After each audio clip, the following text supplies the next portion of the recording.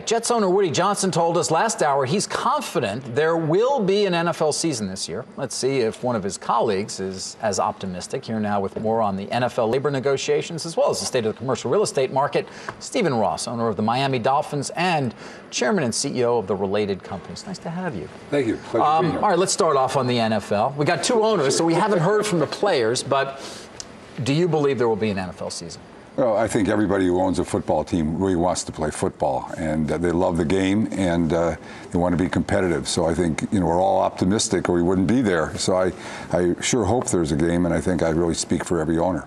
Well, what's going to have to happen to ultimately make that a reality? Well, I think what's going to have to happen, we're going to have to be back at the bargaining tables with the players and to settle the suit. It's not going to be settled in court.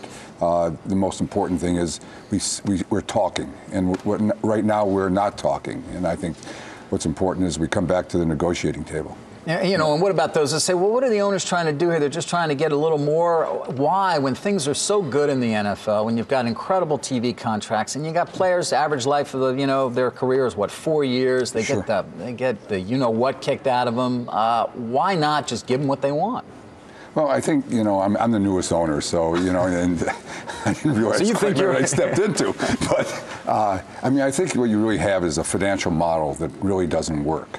The gross revenues are there, but whenever you pay the players 60% of the gross, and then you have to eat all the expenses, you have a financial model that as your expenses go up greater than your gross income goes up, you're going to be at a point in time where it doesn't really make sense.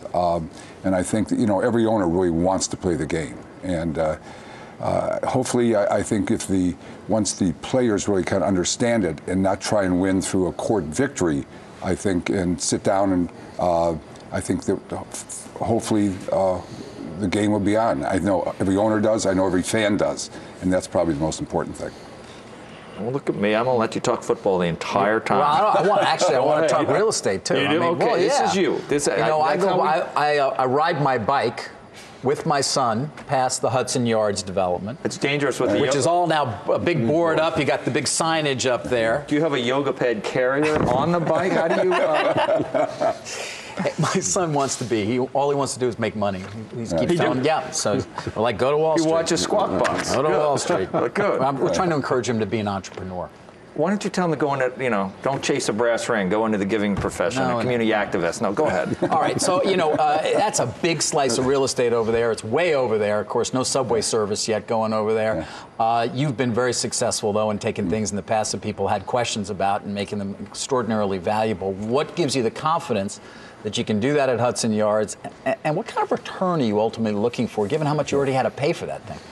Well, it's like the old real estate adage is you really follow the money, and you see where the state and city governments are really putting their money, and where the future of New York lies. As a real estate developer, it's about vision, of where the next great thing or the great building would be and where it would be successful. In New York, the subway line is being extended for the first time in 50 years. Though a mile and a half, I might add.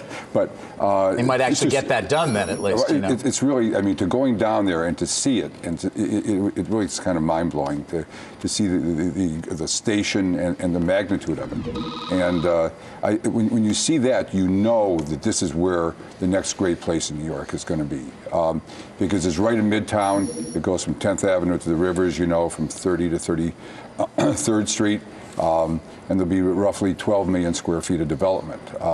And the High Line has been so successful in seeing the people down there, and it's just been extended right up to the Hudson Yards that's opening, I think, this month. That you really can see that where New York's next great area will be. And it'll be a mixed-use project with commercial and residential.